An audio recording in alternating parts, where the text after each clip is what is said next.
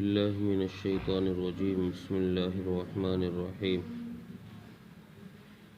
إن الله يأمركم أن تؤدوا الأمانات إلى أهلها وإذا حكمتم بين الناس أن تحكموا بالعدل إن الله نعم ما يعظكم به إن الله كان سميعا بصيرا.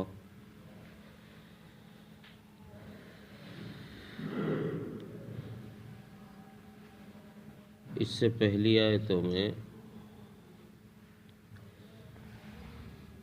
فرما بردار اور نافرمان لوگوں کا تذکرہ کر کے اللہ تبارک و تعالیٰ نے ان کے ٹھکانے کا ذکر فرمایا کہ نافرمانوں کا ٹھکانہ جہنم ہے اور فرما برداروں کا ٹھکانہ جنت ہے. ان آیتوں کے اندر اس آیت میں اور اس سے اگلی آیت میں اللہ تبارک و تعالیٰ نے دنیا کے نظام کو صحیح قائم رکھنے کے لیے، صحیح چلانے کے لیے کچھ چیزیں ایسی بنائی ہیں کہ اگر ان پر عمل کیا جائے تو اس کائنات کا نظام، حکومتیں، ملازمتیں، وزارتیں، یہ سب چیزیں اور لوگوں کا آپس کا رہن سہن، وہ سب چیزیں صحیح سالم باقی رہیں گی. اگر اس نظام کی رعایت نہیں کی گئی جو قرآن نے بتایا ہے تو پھر نظام درہم برہم ہو جائے گا، تہس نہس ہو جائے گا. اس آیت کا شان نزول ایک خاص واقعے میں ہوا. زمانہ جاہلیت میں بھی خانہ کعبہ کی خدمت کو بڑی اچھی چیز سمجھا جاتا تھا اور جو لوگ خانہ کعبہ کی خدمت کرتے ان کو بڑا معزز سمجھا جاتا تھا. اس لیے خانہ کعبہ کی خدمتیں مختلف لوگوں کے سپرد تھی. کوئی کام کسی کے ذمے، کوئی کام کسی کے ذمے. ان خدمتوں میں سے ایام حج کے اندر پانی پلانے کی خدمت رسول اکرم صلی اللہ علیہ وسلم کے چچا حضرت عباس رضی اللہ تعالیٰ عنہ کی خدمت میں تھی، ان کے حصے میں تھی. اس لیے ان کو سقایا بھی کہا جاتا ہے. اور اسی طریقے سے کچھ خدمتیں حضرت ابو طالب کی خدمت میں حصے میں تھی. انہی خدمتوں میں سے خانہ کعبہ کی چابی کا حصہ وہ حضرت عثمان بن طلحہ رضی اللہ تعالیٰ عنہ کے سپرد تھا.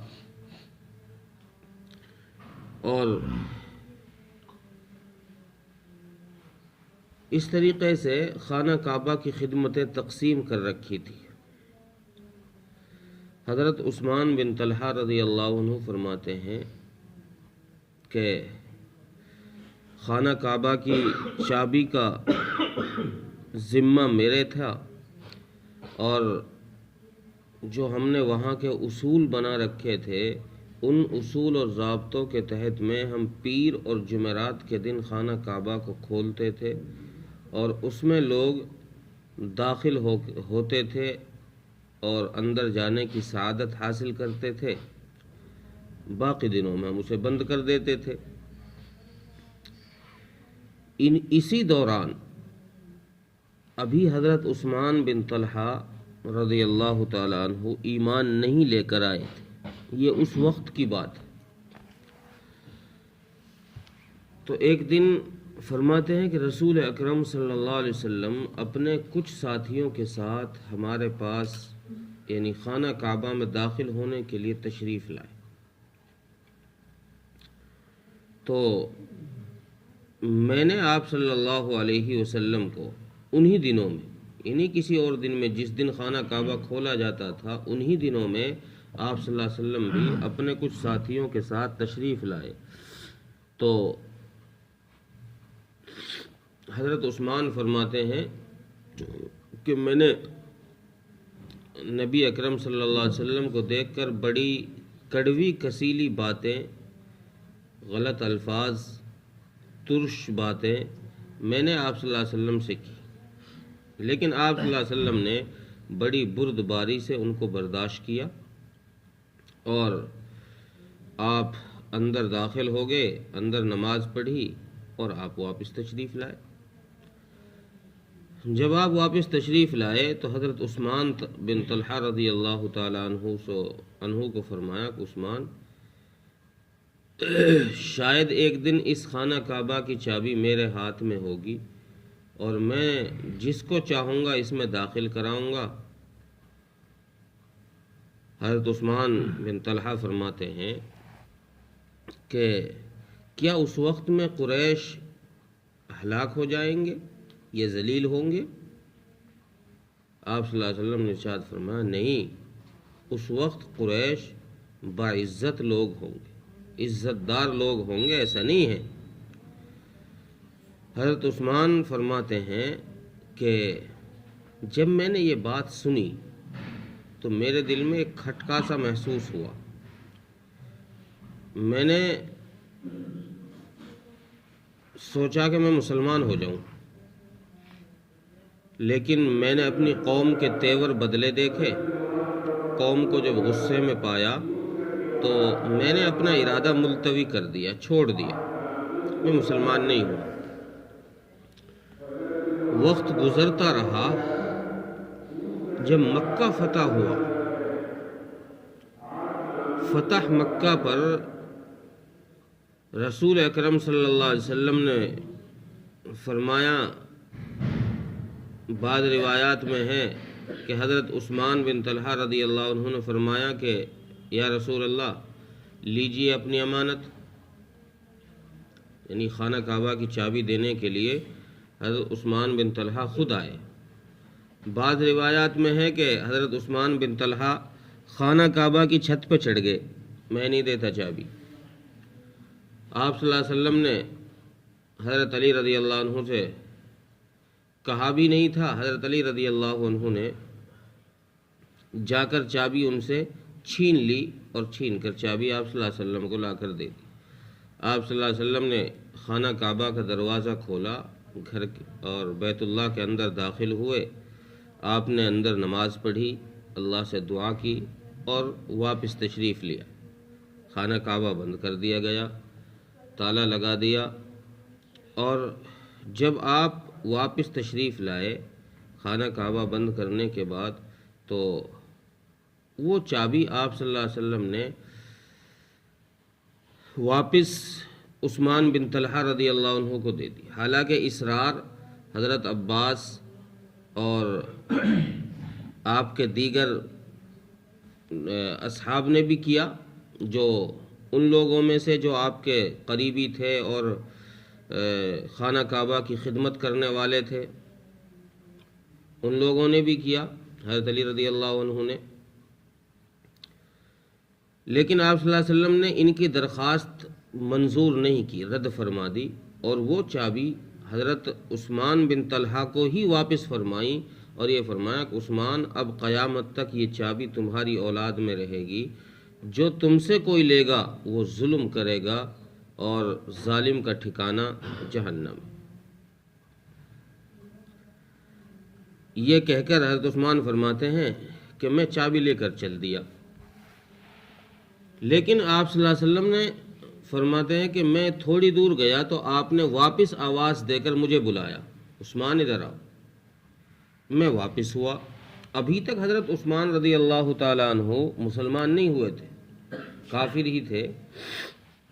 فرماتے ہیں کہ میں واپس ہوا اور میں نے مڑ کر دیکھا کہ اللہ کے نبی مجھے بلا رہے ہیں۔ میں گیا، آپ صلی اللہ علیہ وسلم نے جب میں آپ کے پاس پہنچا تو آپ صلی اللہ علیہ وسلم نے مجھ سے فرمایا کہ عثمان، وہ بات یاد ہے؟ وہ بات ہو گئی پوری؟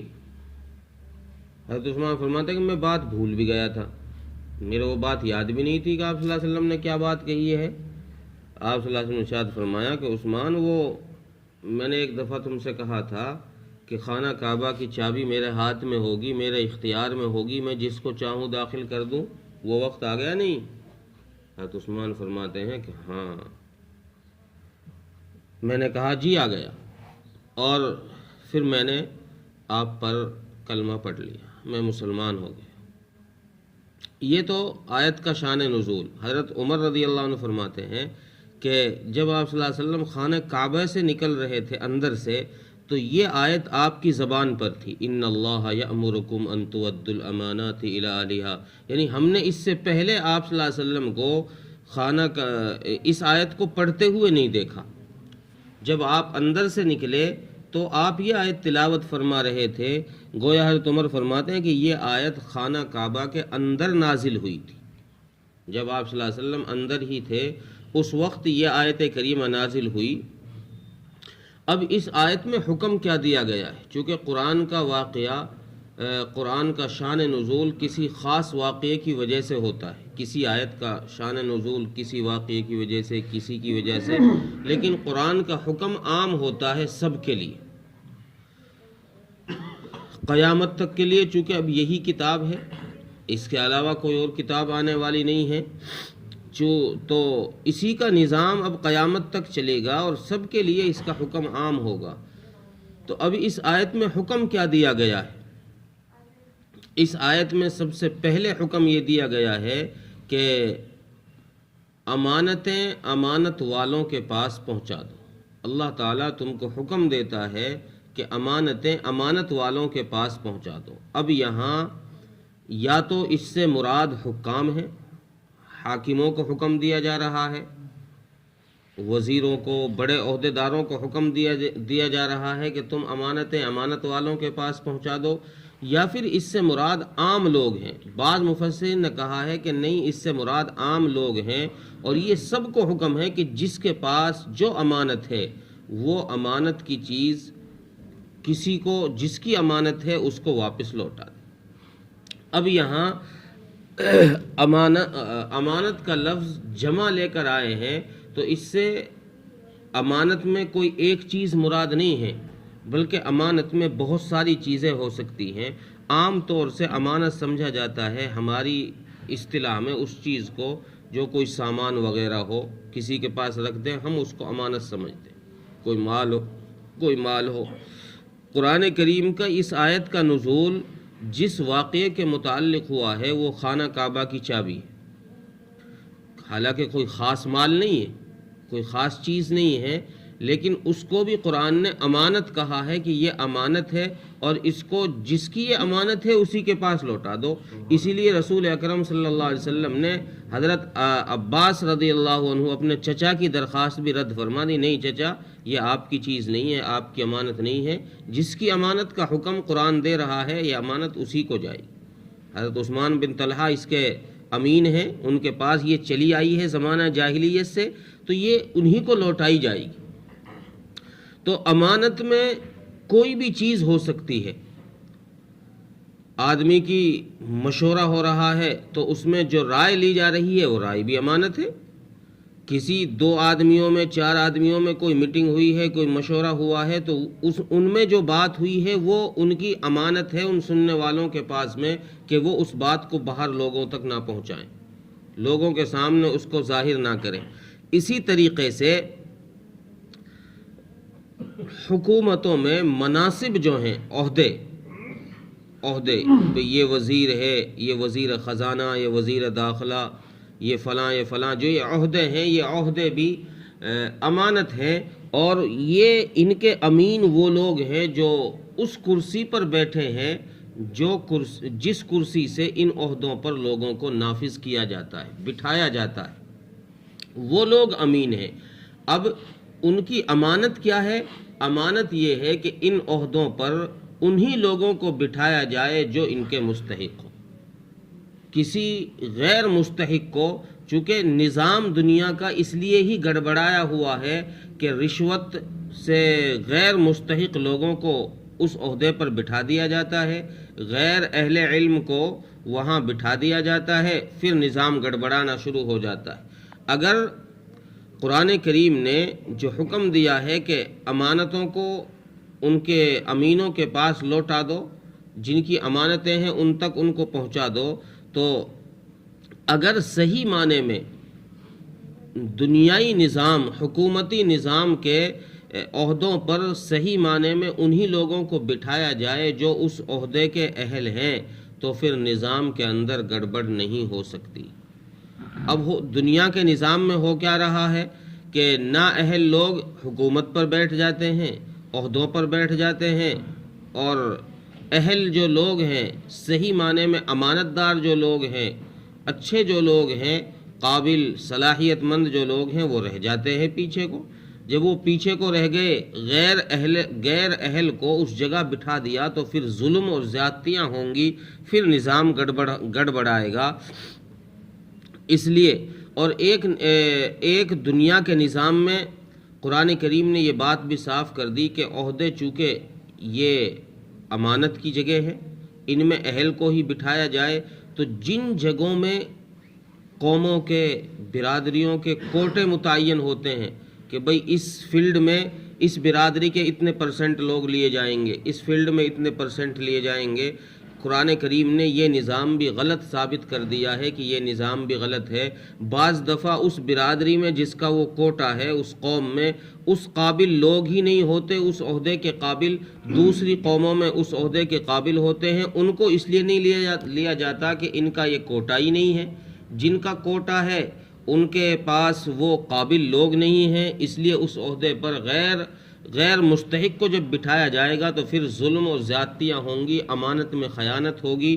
اور آپ صلی اللہ علیہ وسلم نے ارشاد فرمایا، جو امانت دار نہیں وہ ایماندار نہیں، اور جو عہد کو پورا کرنے والا نہیں وہ دیندار نہیں۔ اور ایک حدیث میں ہے کہ رسول اکرم صلی اللہ علیہ وسلم نے ارشاد فرمایا، حضرت انس فرماتے ہیں کہ آپ صلی اللہ علیہ وسلم نے ایک دن کچھ علامتیں بتلائی، ان میں سے منافقوں کی علامت میں یہ بتلایا کہ منافق وہ ہوتا ہے جو امانت کے اندر خیانت کرتے، تو امانت کی خیانت کو منافق کہا گیا ہے۔ تو اس آیت میں یہ حکم دیا گیا کہ جس کے پاس کوئی امانت رکھی جائے تو وہ اس امانت کے اندر کسی قسم کی کمی کوتاہی، کسی قسم کی خیانت نہ کرے، جیسی رکھی ہے ویسی ہی واپس لوٹا دے۔ اور اگلا حکم، یہ حکم تو عام انسانوں کا تھا، عام انسانوں کو تھا، اگلا حکم ان حکام کو ہے جو عہدوں پر بیٹھ جاتے ہیں، کرسیوں پر بیٹھ جاتے ہیں، ان کو حکم یہ ہے کہ اگر تمہارے پاس کوئی معاملہ آ جائے، ان تحکموا بالعدل، اگر تمہارے پاس کوئی معاملہ آ جائے تو پھر تم یہ نہ دیکھنا کہ یہ ہمارے قبیلے کا ہے، یہ خاندان کا ہے، یہ برادری کا ہے، یہ ہماری نسل کا ہے، یہ تو ہماری زبان کا ہے، اہل زبان ہے۔ نہیں، اب تمہیں ان تحکموا بالعدل، اب تمہیں انصاف کے ساتھ فیصلہ کرنا، جو انصاف ہو، جس کا انصاف ہوگا وہ انصاف چاہے تمہارے اپنے لوگوں کے حق میں جائے یا تمہارے خلاف لوگوں کے حق میں جائے، تمہارا کام یہ ہے کہ تم کرسی پر بیٹھ گئے ہو، اب لوگ تم سے انصاف کی امید لے کر آئے ہیں، تو اب تم انصاف اس طریقے سے کرو کہ کوئی تم سے یہ نہ کہہ سکے کہ بھئی انصاف کا فیصلہ نہیں۔ یہ نہیں کہ اب تم جج بن گئے، اب تم سپریم کورٹ کے جج بن گئے، اب تم چاہے جس چیز کو ناجائز کو جائز کہہ دو، یہ نہیں ہے۔ انصاف کا تقاضا یہ ہے، قرآن کا حکم یہ ہے، اسلام یہ سکھاتا ہے کہ تم جتنے بڑے عہدے پر بیٹھ گئے ہو، لیکن اب تم ظلم کرنے کی اجازت اب بھی تمہیں نہیں ہے، انصاف کا حکم اب بھی تمہیں دینا پڑے گا، چاہے وہ تمہارے خلاف جائے بات یا تمہارے موافق جائے۔ اور آگے پھر اللہ تبارک و تعالیٰ نے آخر میں فرمایا، ان اللہ نعم ما یعظکم بی، یعنی اللہ تعالیٰ تم کو جو یہ باتیں بتائی ہیں، یہ نصیحتیں کی ہیں، یہ بہت اچھی بات ہے کہ تم کو یہ نظام بتا دیا، سمجھا دیا کہ کس طریقے سے دنیا کا نظام، حکومتوں کا نظام صحیح چلے گا، کس طریقے سے دنیا کا نظام گڑبڑ کھائے گا۔ یہ اللہ تبارک و تعالیٰ نے بڑی اچھی بات کی ہے اور تم کو یہ بات بتا دی ہے۔ پھر بھی اگر کوئی گڑبڑ کرے گا تو یہ نہ سمجھو کہ کوئی پوچھنے والا نہیں ہے، کوئی دیکھنے والا نہیں ہے۔ آخر میں اللہ تبارک و تعالیٰ نے فرمایا کہ ہم سننے والے بھی ہیں اور ہم دیکھنے والے بھی، تمہاری ہر حرکت پر ہماری نظر ہے۔ ترجمہ دیکھیں، ان اللہ یأمرکم ان تؤدوا الامانات الی اہلہا، بے شک اللہ تبارک و تعالیٰ نے تم کو حکم دیا ہے کہ امانتیں امانت والوں کے پاس پہنچا دو، امانتیں ان لوگوں کے پاس پہنچا دو جن کی ہیں۔ وَإِذَا حَكَمْتُمْ بَيْنَ النَّاسِ أَن تَحْكُمُوا بِالْعَدْلِ، اور جب تم فیصلہ کرو لوگوں کے درمیان تو انصاف کے ساتھ فیصلہ کرو۔ ان اللہ نعم ما یعظکم بہ، بے شک اللہ تبارک و تعالیٰ نے تم کو یہ بڑی اچھی بات بتائی، اللہ تعالیٰ تم کو بہت اچھی بات بتا رہا ہے۔ ان اللہ کان سمیعا بصیرا، بے شک اللہ تبارک و تعالیٰ سننے والا بھی ہے اور دیکھنے والا بھی۔ اللہ تعالیٰ ملک